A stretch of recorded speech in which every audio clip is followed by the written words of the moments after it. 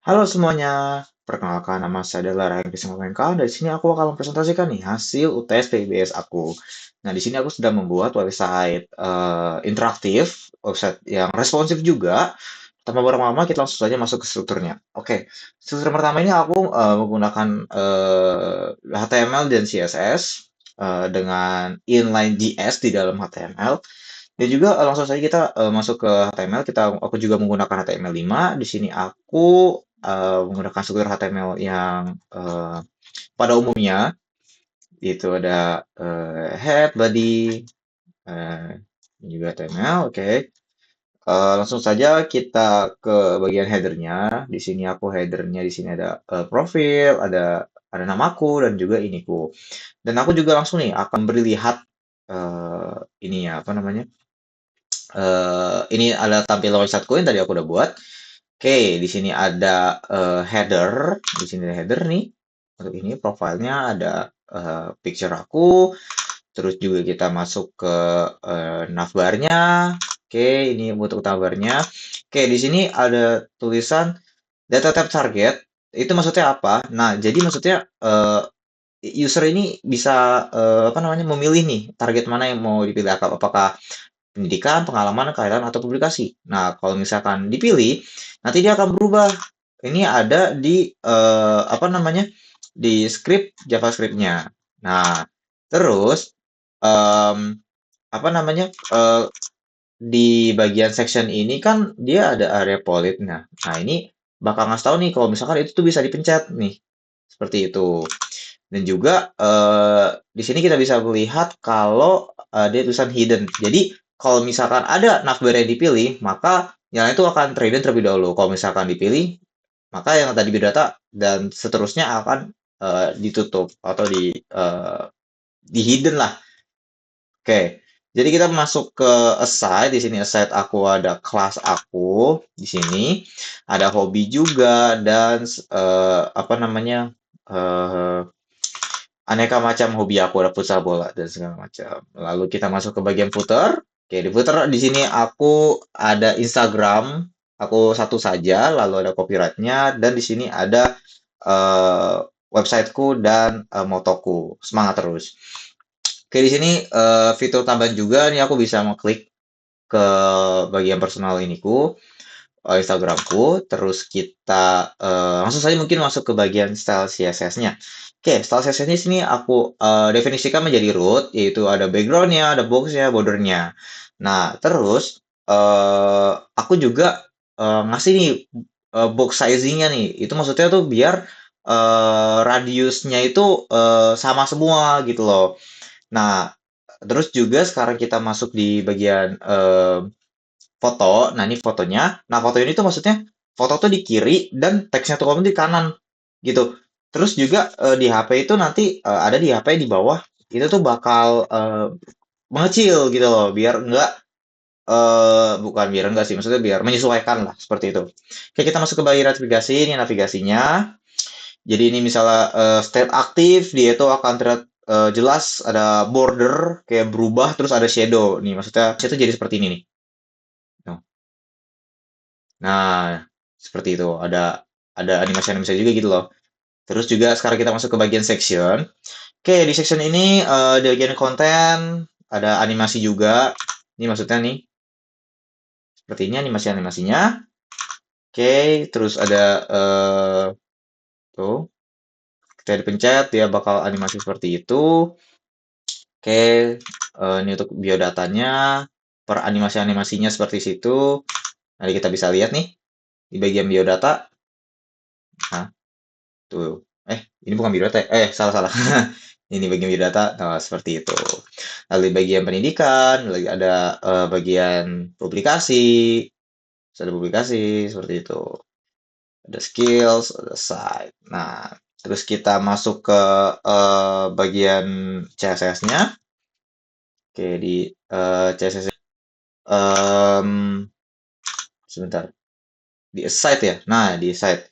Oke, di site ini sih sama dia latar ada assign-nya juga. Jadi kalau misalkan apa namanya? Seperti di ini nah, dia tuh akan seperti memutih gitu loh. Tuh. Itu untuk bagian CSS-nya. Oke, untuk footer, aku menggunakan footer 3 grid column, seperti itu. Terus juga aku set ke putih, ada di Instagramnya nih. Ini aku set ke putih, colornya, oke seperti itu. Nah, untuk penjelasan responsifnya, jadi untuk Smart Store, aku sekarang mulai masuk ke bagian responsifnya nih. Oke, caranya gimana? Caranya kita Ctrl Shift I. Oke, ini seperti ini. Lalu kita masukkan nih ukuran smartphone. Yaitu kita misalkan ambil saja 3 di sini. Nah, ini adalah ukuran smartphone. Jadi untuk bagian headernya, bagian itu juga menyesuaikan dengan smartphone seperti itu. Nah, ini bagian smartphone-nya seperti ini, menggunakan grid template, lalu ada semua area nav content stack-nya 100%, terus juga footer tetap jadi 3 kolom seperti ini. Maaf, oh jadi ke atas. Nah, seperti ini. Seperti itu. Oke, sekarang kita masuk ke tablet. Tablet kita masukkan nama itu saja, terus ini kita kasih 900. Ini bagian potret. Nah, bagian potret seperti itu. Jadi header kolomnya fotonya segini, terus juga eh, apa namanya? Fotonya ukuran 64 pixel, terus juga navbar menjadi 3 kolom seperti ini. Horizontal seperti itu ya. Terus juga aside-nya juga sama 3 kolom seperti itu. Lalu kita masuk ke landscape. Nah, kalau landscape ini penjelasannya mungkin di sini di bagian landscape ya. Jadi ini dia bisa scroll gitu. Oh, ini ada di apa namanya? Ada di penjelasannya seperti itu di CSS-nya. Oke, terus juga apa namanya? Dia tuh bisa scrollable gitu. Nah, juga di apa namanya di landscape ini dia pakai nav kiri 25%, section 75%, dan aset itu turun penuh ke bawahnya. Oke, kita masuk ke area desktop. Kita masuk ke area desktop ini. Oke, oke, sebentar kita kasih area desktop. Oke, ini deh. Oke, ini kita masuk ke area desktop. Jadi 3 kolom. Jadi navbar 25%, konten 50, dan aset 25. Nah, jadi seperti itu. Ini seperti yang tadi kita lihat bersama-sama ya di ini. Oke, sekarang kita masuk ke penjelasan dari JavaScript-nya. Oke, ini adalah JavaScript yang sudah aku buat. Jadi JavaScript ini tuh sebenarnya tadi aku udah bilang ini tuh inline, jadi di dalam indeks HTML dan ditaruh sebelum tag body tutup dan sesudah tag div begini. Jadi seperti ini. Oke, jadi gimana sih cara kerjanya? Jadi begini, pas diklik tombol nav yang tadi, dia ini bakal ngambil data dari si data tab target tadi yang ada di atas nih. Nah, seperti itu yang tadi sudah aku jelaskan. Terus juga semua panel ini di-set ke hidden dulu nih, karena kan belum dipencet. Kalau misalkan dipencet baru dia bakal muncul. Seperti itu. Terus juga dia ini terus juga pas lagi tombol itu aktif, dia tuh bakal ngaktifin si eh, is aktifnya di CSS-nya yang tadi sudah aku kasih tunjuk. Nah, itu saja yang bisa aku kasih lihat. Mungkin sekarang aku nih bakal ke masuk ke GitHub-nya. Aku akan nge-push ini ke GitHub. Oke, bagaimana cara aku nge-push GitHub? Dengan cara aku masuk dulu nih ke folder aku. Bentar, maaf. Terus kita masuk ke sini.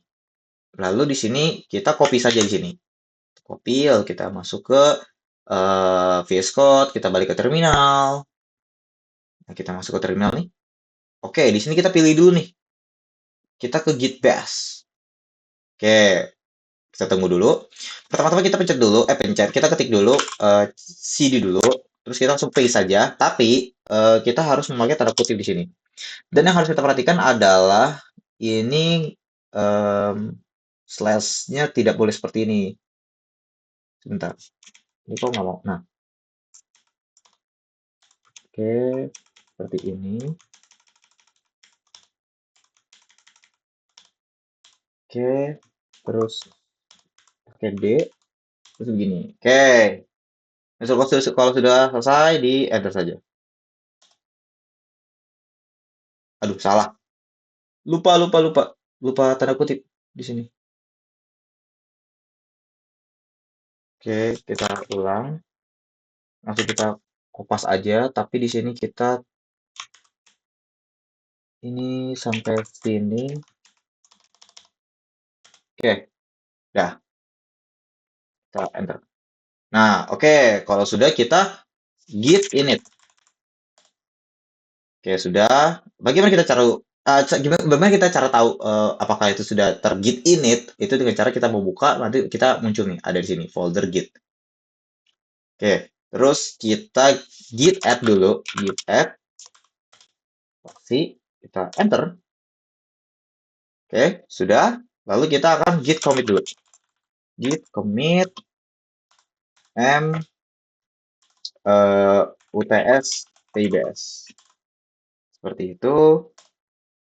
Oke, karena ini masih master, kita harus buat dulu ke main dengan cara kita git branch terlebih dahulu, git branch m main. Oke, kita sudah. Sekarang kita buat nih apa namanya reponya dulu. Kita ke GitHub, ke dashboard, lalu kita ke create new repository. Oke, kita samain persis ya. Oke, UTS-PIBS. Lalu kita nonaktifin aja, nggak apa-apa.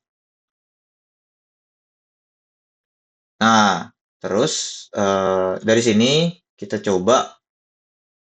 Nah, kita coba ini nih. Ambil ini. Oke, kita ambil, terus di sini kita ketik nih git remote add origin. Kita paste aja, terus kita enter. Oke, kita sudah. Lalu kita langsung saja ikuti saja nih di sini. Git push you origin main. Git push you origin main. Jebret. Nah, oke, kita bisa lihat sini ini. Aku akan panjangin dulu ya, biar kelihatan. Oke. Nah, intinya adalah the branchman set up to crack origin main. Jadi sudah masuk nih ke dalam repositorinya. Oke, kita refresh aja di sini dan muncul seperti itu. Oke, sekiranya itu saja yang bisa aku presentasikan. Kurang lebihnya mohon maaf. Terima kasih.